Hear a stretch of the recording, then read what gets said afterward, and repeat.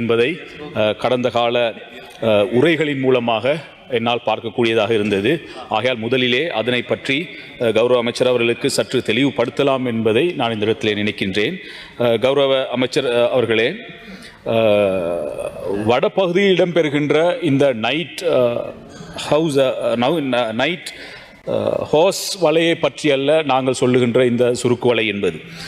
இங்கு குறிப்பிடப்படுகின்ற இந்த சுருக்கு வலை என்பது குறிப்பாக எங்களுடைய மாவட்டத்திலே பயன்படுத்துகின்ற இந்த வலை கடல் தொழில் திணைக்களத்தினால் அனுமதி பத்திரம் வழங்கப்பட்டு சூறை மீன் பிடிப்பதற்காக பயன்படுத்தப்படும் சுருக்கு வலை தான் நாங்கள் பேசுகின்ற இந்த சுருக்கு வலை. இந்த சுருக்கு வலை நைட்டோஸ் வலை என நினைத்து குழம்ப வேண்டிய ஒரு அவசியம் கிடையாது. சூறை மீன்கள் வெளிநாடுகளிலே இருந்து எமது திருகோணமலை கரையோர கடல் பகுதிகளுக்கு குறிப்பிட்ட காலங்களிலே அந்த மீன்கள் வருகின்றன. குறிப்பிட்ட காலங்கள் அங்கிருந்து விட்டு மீண்டும் வெளிநாடு கடலுக்கு செல்லுகின்ற மீன்கள் தான் இந்த மீன்கள். இவ்வாறாக திருகோணமலை கடல் பகுதியிலே அருகாமையில் இருக்கின்ற இந்த மீன்களை சுருக்கு வலை மூலம் இந்த மீனர்கள் பிடிப்பதற்கு முயற்சிக்கின்ற பொழுது பல பிரச்சனைகளை அவர்கள் எதிர்கொள்கின்றார்கள். நான் இந்த பார்லமெண்டத்தில் கூட பல தடவை இந்த இந்த வலை சம்பந்தமான விடயங்களை இந்த இடத்திலே பேசியிருக்கின்றோம். குறிப்பாக இந்த மீன்களை எங்களுடைய மாவட்டம் அல்லது எங்களுடைய மக்கள் பிடிக்காவிட்டால் வெளிநாட்டு கடலுக்கு சென்றது பின்னர் அவர்கள் அதை பிடித்து அவர்களுடைய விடயங்களை அவர்கள் மேற்கொள்ளுகின்றார்கள். ஆனால் திருகோணமலை மாவட்டத்தை பொறுத்த மற்றும் சட்டத்தை அமுல்படுத்தி அந்த மக்களை குறிப்பாக இந்த திருகோணமலை மாவட்ட மீனவர்கள் பிடிக்க விடாமல் பல குழப்பங்கள் நடைபெறுகின்றன. குறிப்பாக இந்த கடற்படையுடனான சண்டை ஏற்படுகின்ற விடயம் அந்த மக்களுக்கு இது போன்ற பல இன்னல்களை முகம் கொடுக்க வேண்டிய ஒரு சூழல் ஏற்படுகின்றது. குறிப்பாக இந்த சட்டத்தின் அடிப்படையிலே 1.5 அங்குலம் கண் கொண்ட இந்த சுருக்கு வலை திருகோணமலை மாவட்டத்திலே அனுமதி பத்திரம் வழங்கப்பட்டிருக்கின்றன. ஆனால் இந்த அனுமதி பத்திரத்தில் உள்ள நிபந்தனைகள் திருகோணமலை மாவட்டத்துக்கு பொருத்தமானதா என்பதைத்தான் நாங்கள் இந்த இடத்திலே பார்க்க வேண்டும். கௌரவ சபைக்கு தலைமை தாங்கும் உறுப்பினர் அவர்களே, ஏனென்றால் இப்பொழுது பேசப்படுகின்ற இந்த 7 கடல் மைலுக்கு அப்பால் சென்று மீன் பிடிக்க வேண்டும் என்ற நிபந்தனை விடுக்கப்படுகின்றன. குறிப்பாக திருகோணமலை போன்ற குடா பகுதியிலே எந்த புள்ளியிலிருந்து 7 மீட்டர் அளவிடப்பட வேண்டும் என்ற ஒரு சந்தேகம் காணப்படுகின்றது. நான் அந்த திணைக்களத்தில் இருக்கின்ற அதிகாரிகளுக்கு கூட இந்த விடயத்திலே ஒரு தெளிவில்லாத தன்மை காணப்படுகின்றது. குறிப்பாக கிண்ணியாவில் இருந்து 7 மைல் என்றால் அது திருகோணமலையிலே இருந்து 2 மைலாக காணப்படுகின்றது. ஆகையால் இந்த பிரச்சனை ஒரு பெரிய பிரச்சனையாக காணப்படுகின்றது. அதே போன்று குடாக்குள் தூரம் எவ்வாறு அளவிடப்பட வேண்டும் என்பதை கூட இந்த கடல் தொழில் சட்டத்தில் குறிப்பிடப்படவில்லை என்பதையும் நான் இந்த இடத்திலே ஞாபகமூட்டுகின்றேன். இவ்வாறு இருக்கின்ற திருகோணமலை மாவட்டத்திலே வருடத்துக்கு 200க்கும் மேற்பட்ட வழக்குகள் இந்த 7 மைல் சம்பந்தமான வழக்குகளாகத்தான் பதிவு செய்யப்படுகின்றது என்பதையும் கௌரவ அமைச்சர் அவர்களுடைய கவனத்துக்கு கொண்டு வர நான் விரும்புகின்றேன். அதே போன்றுதான் கண்ணுக்கு அருகில் மீன் இருக்கின்ற பொழுது மீன் இல்லாத 7 மைல் அப்பால் சென்று மீனவர்கள் பிடிக்க சொல்வது எந்த வகையிலே நியாயம் என்பதை நாங்கள் கேட்பதோடு, அப்படி 7 மைல் தாண்டி செல்ல வேண்டுமெனின் அந்த 7 மைல் எங்கிருந்து ஆரம்பிக்கப்படுகின்றது என்பதையும் அதிகாரிகள் சொல்ல வேண்டிய ஒரு நிலைப்பாட்டிலே இருந்து கொண்டிருக்கின்றார்கள். ஆனால் அது அதிகாரிகளுக்கே தெரியாது என்பதுதான் இந்த இடத்திலே கவலைக்குரிய ஒரு விடயமாக காணப்படுகின்றது. எனவே இந்த 7 மைல் நிபந்தனையிலே அமைச்சர் திருத்தம் கொண்டு வர வேண்டும் என்பதை மீண்டும் இந்த உயரிய சபையிலே உங்களுடைய கவனத்துக்கு நான் கொண்டு வருகின்றேன் கௌரவ அமைச்சர் அவர்களே. அதே போன்றுதான் திருகோணமலை மாவட்டத்திலே கடல் தொழில் திணைக்களத்தினால் வருடத்துக்கு மொத்தம் எத்தனை வழக்குகள் பதிவாகின்றது என்பதை நாங்கள் பார்க்கின்ற பொழுது குறிப்பாக 80% வழக்குகள் நான் சொல்லுகின்ற இந்த பிரச்சனையை அடிப்படையாக கொண்டுதான் நீதிமன்றங்களிலே வழக்குகள் தாக்கல் செய்யப்படுகின்றது என்பதை இந்த இடத்திலே சொல்லிக் கொள்வதோடு, அல்லது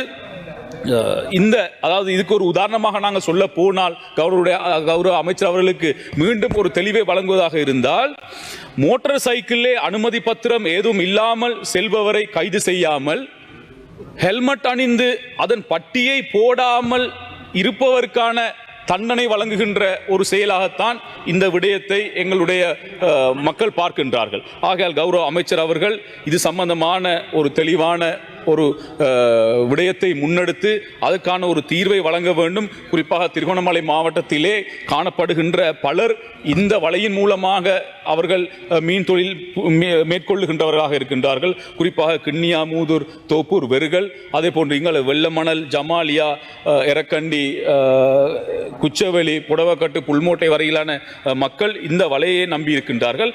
அவ்வாறு இந்த வலையின் மூலமான மீன்பிடி விடயங்களை மேற்கொள்ளாக இருக்குமாக இருந்தால் நீங்கள் தயவு செய்து இந்த வழங்கப்படுகின்ற இந்த அனுமதி பத்திரத்தை இல்லாமல் ரத்து செய்துவிட்டு இந்த மீனை எவ்வாறு பிடிக்க வேண்டும் என்ற புதிய தொழில்நுட்ப பயிற்சிகள், அதற்கான தொழில்நுட்ப வாய்ப்புகள், அதற்கான வசதிகளை அவர்களுக்கு ஏற்படுத்தி கொடுக்கின்ற ஒரு செயற்திட்டத்தையாவது நீங்கள் முன்னெடுக்க வேண்டும் என்ற ஒரு விடயத்தை இந்த இடத்திலே நான் அமைச்சர் அவர்களிடம் கேட்டுக்கொள்கின்றேன். அதே போன்றுதான் இந்த முறை வருடமும் வழங்கிய அனுமதி பத்திரத்தினுடைய பிரதிகள் என்னிடம் காணப்படுகின்றது.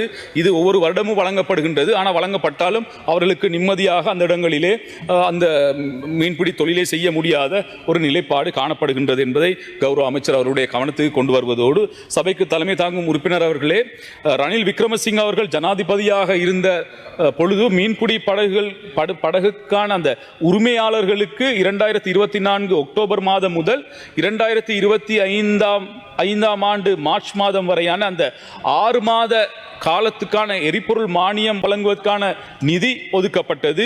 இது திருகோணமலை மாவட்டத்தைச் சேர்ந்த மீனவர்களுக்கு ஓரிரு மாதங்கள் மாத்திரம்தான் வழங்கப்பட்டிருக்கின்றது. மிகுதி கொடுப்பனவு இதுவரையும் வழங்கப்படாத மீனவர்கள் அந்த பிரதேசத்திலே இருந்து கொண்டிருக்கின்றார்கள்.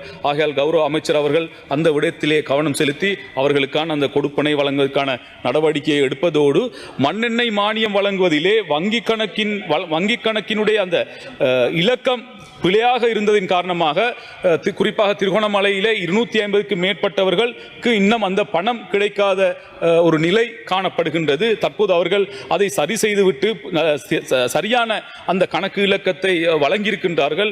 அவர்களுடைய அந்த கணக்குகளுக்கு அந்த பணத்தை வழங்குவதற்கான நடவடிக்கைகளையும் கௌரவ அமைச்சர் அவர்கள் முன்னெடுக்க வேண்டும் என்பதை இந்த இடத்திலே கேட்டுக்கொள்வதோடு, சென்ற வரவு செலவு திட்டத்திலும் நான் கூறியிருந்த ஒரு விடயம்தான், எங்களுடைய திருகோணமலை மாவட்டத்திலே காணப்படுகின்ற இந்த புடவைக்கட்டு, அதாவது மன்னிக்கவும், புல்மோட்டை பிரதேசத்திலே, குறிப்பாக புல்மோட்டை பிரதேசத்திலே இந்த கொக்கிலாய் களப்பிலே இறால் நண்டு பிடிக்கின்ற, அதாவது கட்டுவலை செய்கின்ற மீனவர்கள் இருக்கின்றார்கள்.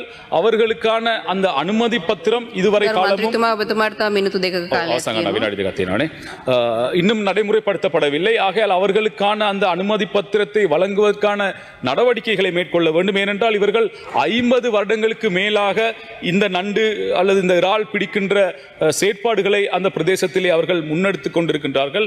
ஆகையால் உரிய அதிகாரிகள் அல்லது திணைக்களங்கள் சம்பந்தப்படுத்தப்பட்டு இவர்களுக்கான அந்த விடயத்தை எவ்வாறு வழங்குவது என்பதை கருத்தில் கொண்டு அந்த அனுமதி பத்திரம் வழங்குகின்ற நடவடிக்கைகளையும் கௌரவ அமைச்சர் அவர்கள் முன்னெடுக்க வேண்டும் என்பதை கேட்டுக்கொள்வதோடு, இப்பொழுது திருகோணமலை மாவட்டத்திலே தொடர்ச்சியாக பெய்து வருகின்ற மழை வெள்ளம் காரணமாக இன்று பலர் பாதிக்கப்பட்டிருக்கின்றார்கள். குறிப்பாக விவசாயிகள், கால்நடை வளர்ப்பாளர்கள், அதே போன்று மீன்பிடி பிடிக்கின்றவர்கள் கூட இன்று கடலுக்கு செல்ல முடியாத அளவுக்கு பாதிக்கப்பட்டிருக்கின்றார்கள். ஆகையால் அவர்களுக்கான அந்த நிவாரண விஷயங்களிலும் கௌரவ அமைச்சர் அவர்கள் கவனம் செலுத்த வேண்டும். அதே போன்றுதான் சென்ற காலங்களிலே முன்னெடுக்கப்பட வேண்டிய சில விடயங்களாக காணப்பட்ட இந்த மீனவர்களுக்கான கொடுப்பனவு, அதே போன்று அவர்களுக்கான வீட்டு திட்ட வசதிகள், அவர்களுடைய பிள்ளைகளுக்கான அந்த கல்வி செயற்பாடுகளை முன்னெடுக்கின்ற கொடுப்பனவு சம்பந்தமான விடயங்களையும் கௌரவ அமைச்சர் அவர்கள் கவனத்திலே கொள்ள வேண்டும் என்பதை இந்த இடத்திலே நான் கேட்டுக்கொள்வதோடு, இன்று இந்த எங்களுடைய பிரதேசத்திலே மீன் பிடிக்க செல்லுகின்ற மீனவர்களுக்கு தொடர்ச்சியாக 12 மாதமும் அவர்கள் மீன் பிடிப்பது கிடையாது. அந்தந்த சீசனுக்குனாக அல்லது அந்தந்த நேரத்திலே தான் அவர்களுடைய தொழில் வாய்ப்புகள் இருக்கின்ற காரணத்தினால் இவ்வாறான அனர்த்தங்கள் ஏற்படுகின்ற பொழுது அவர்களுடைய வாழ்வாதாரம் முற்று முழுதாக பாதிப்படைகின்ற ஒரு நிலை எங்களுடைய பிரதேசங்களிலே காணப்படுகின்றது. ஆகையால் அவற்றையும் கருத்தில் கொண்டு அவர்களுடைய வாழ்வாதாரத்தை உயர்த்துகின்ற, அவர்களுடைய அந்த வாழ்வாதாரத்தை உறுதிப்படுத்துகின்ற ஏதாவது புதிய தொழில்நுட்ப வாய்ப்புகளை ஏற்படுத்துகின்ற மீன்பிடி விடயங்களை கௌரவ அமைச்சர் அவர்கள் முன்னெடுக்க வேண்டும் என்ற ஒரு விடயத்தையும் கேட்டுக்கொள்வதோடு, எங்களுடைய பிரதேசத்திலே குறிப்பாக இந்த மீனவர்கள் பல பிரச்சனைகளுக்கு முகம் கொடுக்கின்றார்கள். நாங்கள் இது சம்பந்தமாக எங்களுடைய மாவட்ட ஒருங்கிணைப்பு குழு கூட்டத்திலும் நாங்கள் பேசியிருக்கின்றோம். அதன் மூலமாகவும் சில முடிவுகள் எட்டப்பட்டிருக்கின்றன.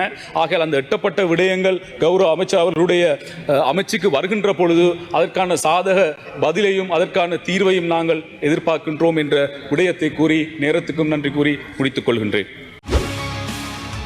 செய்திகளை உடனுக்குடன் தெரிந்து கொள்ள உடனே சப்ஸ்கிரைப் பண்ணுங்க.